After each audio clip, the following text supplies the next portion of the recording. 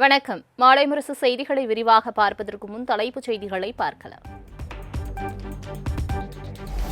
ஒடிசா மாநிலம் பாலசோருக்கு தென்கிழக்கில் உண்டான காற்றழுத்த தாழ்வு பகுதி காற்றழுத்த தாழ்வு மண்டலமாக வலுப்பெற்றது. அடுத்த 24 மணி நேரத்தில் வடக்கு ஒடிசா கடலோரப் பகுதியில் கரையை கடக்கும் என இந்திய வானிலை ஆய்வு மையம் தகவல். கோவை மற்றும் நீலகிரி மாவட்டங்களில் இன்று காற்றுடன் கூடிய கனமழைக்கு வாய்ப்பு. சென்னையில் இன்றும் நாளையும் மிதமான மழை பெய்யலாம் என்றும் சென்னை வானிலை ஆய்வு மையம் கணிப்பு.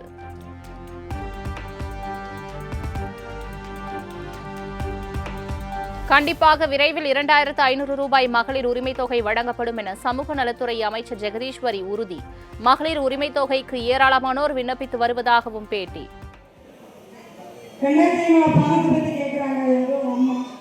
கண்டிப்பா இப்போதைக்கு உங்களுக்கு பழைய மாதிரி கண்டினியூவா அந்த 1000 பணம் நம்ம கொடுத்துட்டே இருக்கோம். 2500 பணம் கொடுத்துருக்கோம். அதுக்குண்டான வழிமுறைகள் நம்ம எல்லாமே ஒவ்வொரு விஷயமா ஒவ்வொரு செஞ்சுக்கிட்டு தான் வரோம்.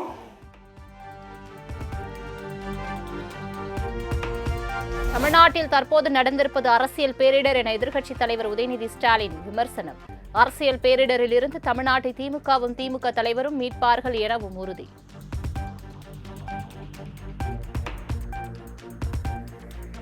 சோபா வந்தவுடன் சிலர் நம்மை விட்டு சென்று விட்டார்கள். திமுகவிலிருந்து கூட்டணி கட்சிகள் விலகி சென்றதை சுட்டிக்காட்டி எதிர்க்கட்சித் தலைவர் உதயநிதி ஸ்டாலின் மறைமுக விமர்சனம்.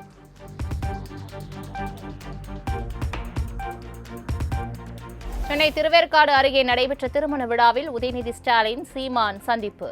தமிழக அரசியல் களத்தில் எதிரும் புதிருமாக களமாடி வரும் இருவரும் ஒரே மேடையில் பங்கேற்பு.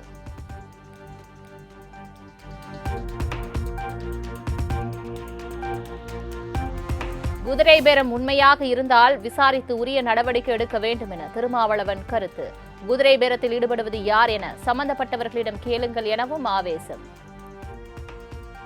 குதிரை பேரத்தில் ஈடுபடுவது யார்? தாவேகா என்றால் தாவேகா தலைமையை நேராக கேளுங்கள். திமுக ஈடுபடுகிறது என்றால் திமுக தலைமையிடம் கேளுங்கள். அதிமுக பாதிக்கப்படுகிறது என்றால் அதிமுக தலைமையிடம் இந்த கேள்வியை எழுப்புங்கள். அது உண்மையாக இருந்தால் விசாரித்து உரிய நடவடிக்கை எடுக்க வேண்டும். ஆளுநருக்கு அந்த அதிகாரம் இருந்தால் அவர் அதில் உடனடியாக.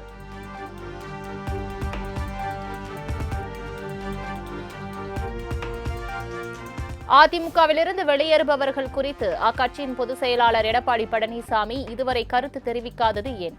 விடுதலை சிறுத்தைகள் கட்சித் தலைவர் திருமாவளவன் சரமாரி கேள்வி. இது குறித்து இதுவரையில் அதிமுக பொதுச் செயலாளர் மேனாள் முதலமைச்சர் அண்ணன் எடப்பாடி பழனிசாமி அவர்கள் எதுவுமே கருத்து சொல்லவில்லை. ஊடகவியலாளர்களும் அதிமுக பொதுச் செயலாளரிடம் கேட்க வேண்டிய கேள்விகளை எங்களை போன்றவரிடத்தில் தொடர்ந்து கேட்டுக்கொண்டிருக்கிறீர்கள்.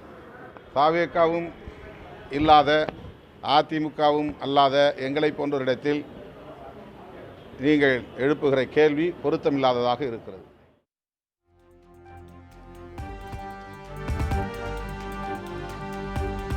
மக்கள் பிரச்சினைக்கு ஆளுநர் மாளிகையை அணுகலாம் என தமிழ்நாட்டுக்கு மட்டும் கூறுவது ஏன் என மாணிக்கம் தாகூர் கேள்வி. டெல்லியில் உள்துறை அமைச்சர் அமித்ஷாவை சந்தித்து திரும்பிய ஆளுநர் அர்லேகரின் செயல்பாடு மாறியுள்ளதாகவும் விமர்சனம். தமிழக உயர்கல்வித்துறையில் RSS ஊடுருவ முயற்சிப்பதாக மாணிக்கம் தாகூர் குற்றச்சாட்டு. உயர்கல்வித்துறை அமைச்சர் விஸ்வநாதன் மீது களங்கம் ஏற்படுத்த பாஜகவினர் முயற்சிப்பதாகவும் காட்டம்.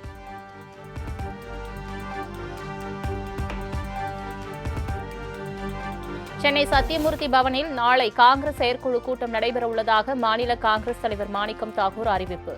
செயற்குழு கூட்டத்தில் முக்கிய முடிவு எடுக்கப்பட உள்ளதாகவும் பேட்டி.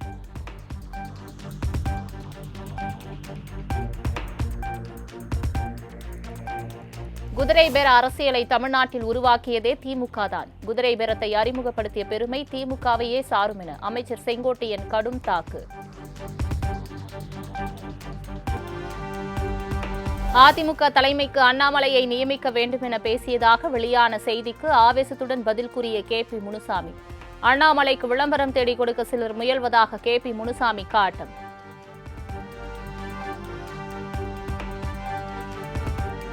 ஜனநாயக ரீதியில் விமர்சித்த திமுக எம்எல்ஏ அனிதா ராதாகிருஷ்ணனை கைது செய்தது பழிவாங்கும் நடவடிக்கை என KP முனுசாமி கண்டனம்.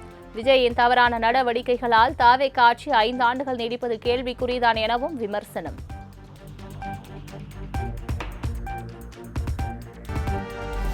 ஆளுநர் மாளிகைக்கு பொதுமக்களை அழைத்து போட்டி அரசாங்கம் நடத்த அர்லேகர் முயற்சி என இந்திய கம்யூனிஸ்ட் மாநில செயலாளர் வீரபாண்டியன் கண்டனம். ஆளுநர் நடவடிக்கை அரசு முதல்வரும் தடுத்து நிறுத்த சட்ட நடவடிக்கை எடுக்க வேண்டும் எனவும் வலியுறுத்தல்.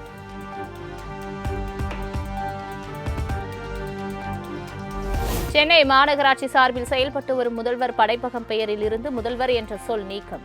சமீபத்தில் நான் முதல்வன் திட்டத்தின் பெயர் மாற்றப்பட்டது சர்ச்சைக்குள்ளான நிலையில் படைப்பகம் பெயர் மாற்றப்பட்டதால் அரசியல் வட்டாரத்தில் சலசலப்பு.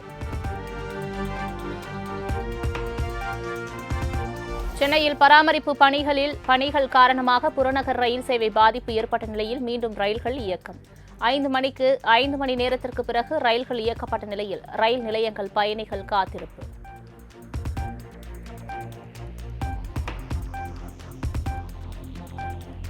தமிழகம் முழுவதும் 2வது நாளாக நடைபெற்ற பள்ளி ஆசிரியர்களுக்கான ஆசிரியர் தகுதி தேர்வு.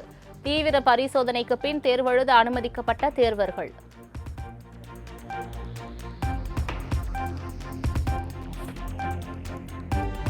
சிவகாசி அருகே அச்சக உரிமையாளர் வீட்டில் சினிமா பாணியில் 93 சவரன் நகைகள் கொள்ளை. பிடிக்க முயன்ற அச்சக உரிமையாளரை ஆயுதங்களால் மிரட்டிவிட்டு காரில் தப்பியோடிய கொள்ளை கும்பல்.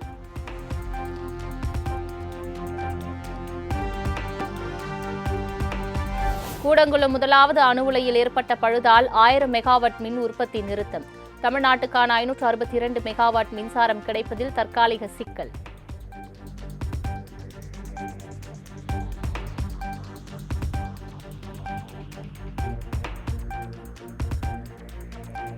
விடுமுறை தினத்தையொட்டி குற்றாலம் அருவிகளில் மக்கள் கூட்டம் அதிகரித்து வருவதால் வியாபாரிகள் மகிழ்ச்சி.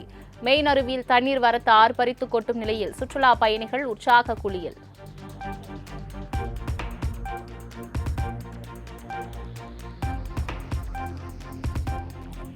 குமரியின் குற்றாலம் என அழைக்கப்படும் திருப்பரப்பு அருவியில் அலைமோதிய சுற்றுலா பயணிகள். விடுமுறை தினத்தையொட்டி நூற்றுக்கணக்கானோர் தங்கள் குடும்பத்தினருடன் குவிந்து உற்சாக குளியல்.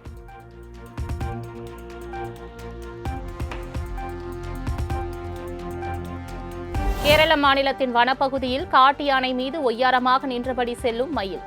சமூக வலைதளங்களில் பரவி வரும் வீடியோ.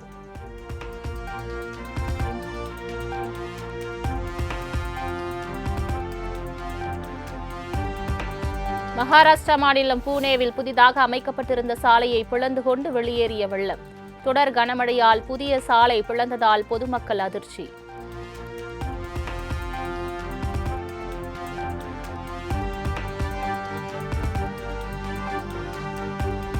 குழந்தைகளை பாலியல் ரீதியாக சுரண்டும் விளம்பரங்களை முழுமையாக நீக்குமாறு இன்ஸ்டாகிராமிற்கு மத்திய அரசு நோட்டீஸ். அடுத்த 7 நாட்களுக்குள் விரிவான விளக்கத்தை அளிக்கவும் உத்தரவு.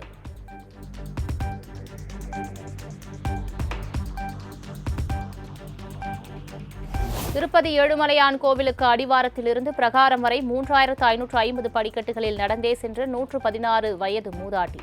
தள்ளாத வயதிலும் சற்றும் சளைக்காமல் ஏறிய மூதாட்டிக்கு ஆந்திர முதல்வர் சந்திரபாபு நாயுடு பாராட்டு.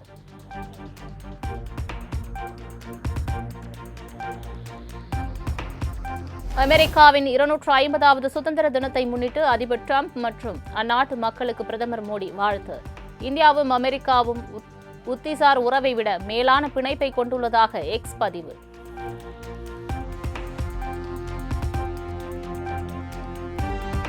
கமேனி இறுதிச் சடங்கில் பங்கேற்கும் ஈரானிய தலைவர்கள் அனைவரையும் ஒரே அடியில் வீழ்த்த முடியும் என அதிபர் டிரம்ப் எச்சரிக்கை.